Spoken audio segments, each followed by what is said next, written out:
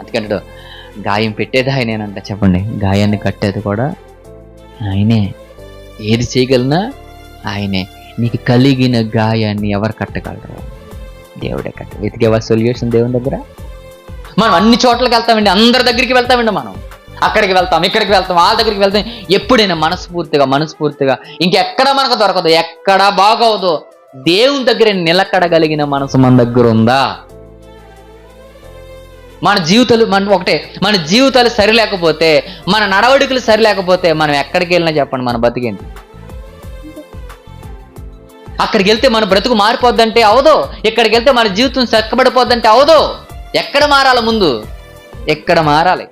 ఎక్కడ మారితే గానీ మన బ్రతుకులు ఏమవో. ఎగ్జాంపుల్గా చెప్తాను, ఒక గాయమైంది, ఈ గాయాన్ని తగ్గించే మెడిసిన్ చోటకి వెళ్తేనే తగ్గుతుంది. అందుకనే వాళ్ళ ఇంటికి వెళ్తే మన జీవితం గాయం తగ్గిపోద్దండి, వీళ్ళ ఇంటికి వెళ్తే మన గాయం తగ్గిపోద్దండి, ఇక్కడికి వెళ్తే మన బ్రతుకులు సరైపోతాయంటే కాదు.